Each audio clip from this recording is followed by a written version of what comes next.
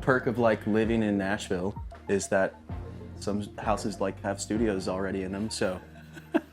So yeah. all this was here when you came in?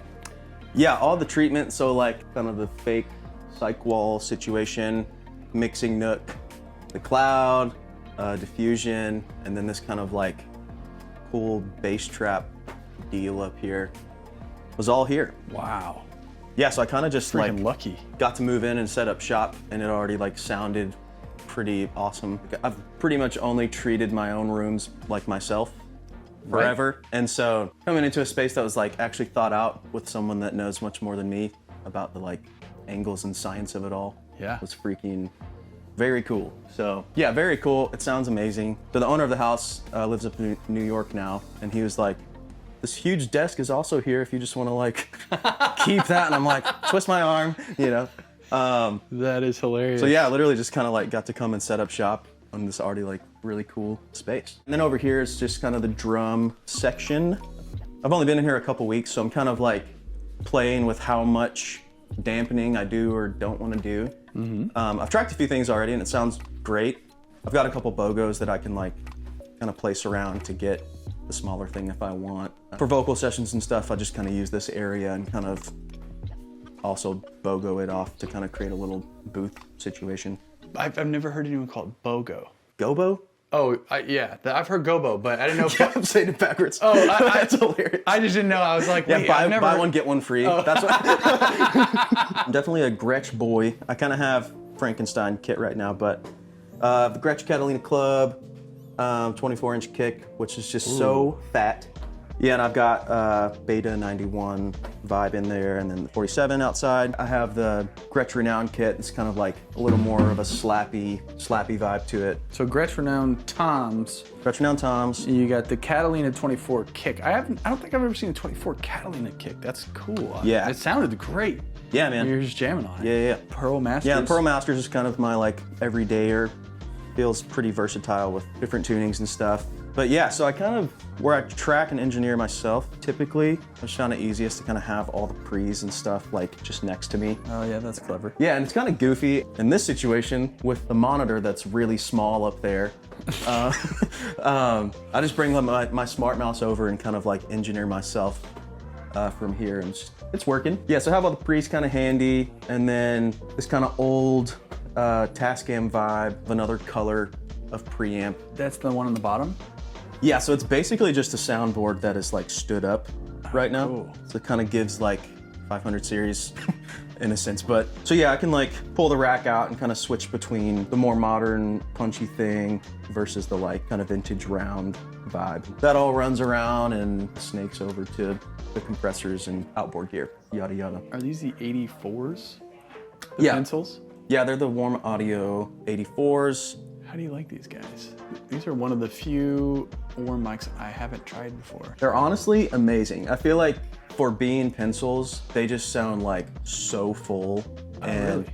Yeah, I use the Fat 47s on top as well a lot, and I feel like these give like just as much of that like roundness, full picture of the kit. They're pretty sweet. And then what are these little guys? Yeah, these are just the Beta 98As.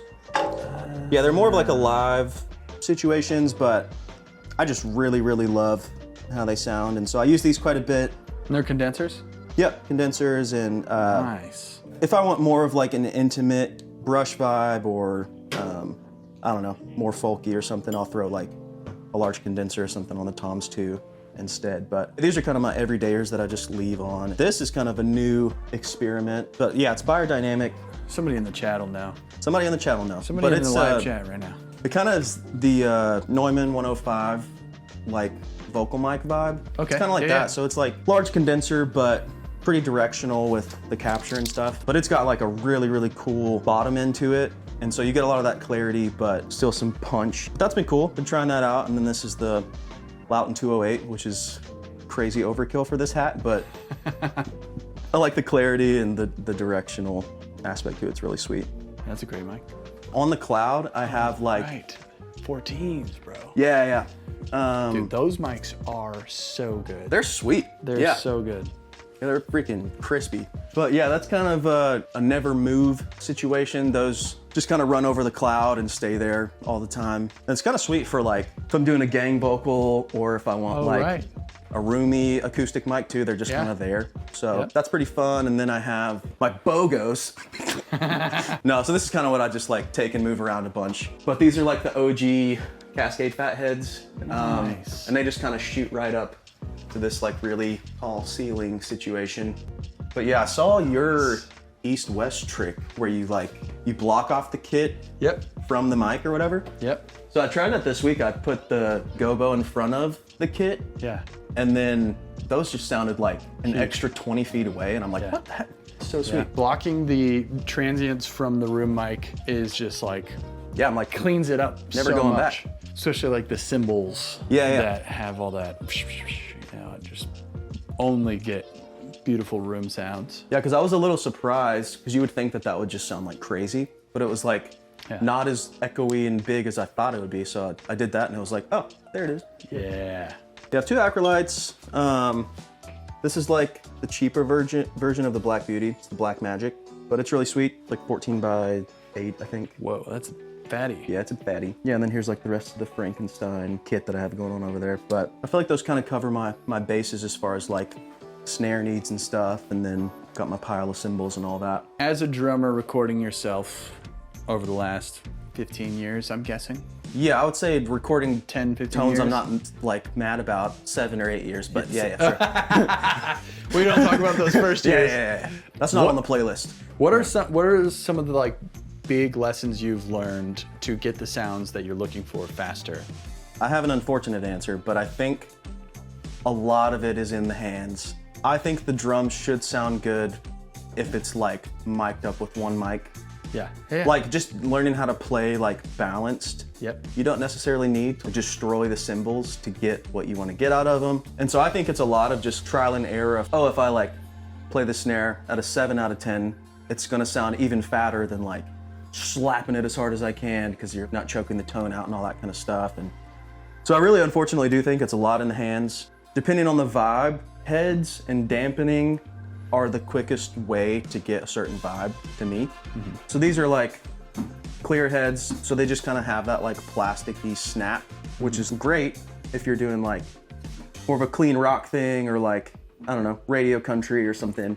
But then just throwing this on, all of a sudden it's this kind of muted, cool little pocket of like frequencies. Hey, thanks for checking out this clip. If you're setting up your own studio and you have any questions about how to hook things up, what to plan for, what gear you are thinking about getting, how you want to go about it, you can schedule a call with me at andrewmastersmusic.com. It's a one-on-one, 1-hour consultation where you can ask me anything you want. The link is down in the description. Go schedule your call today. And if you're just chilling and you want to subscribe or watch another clip, click one of these two things.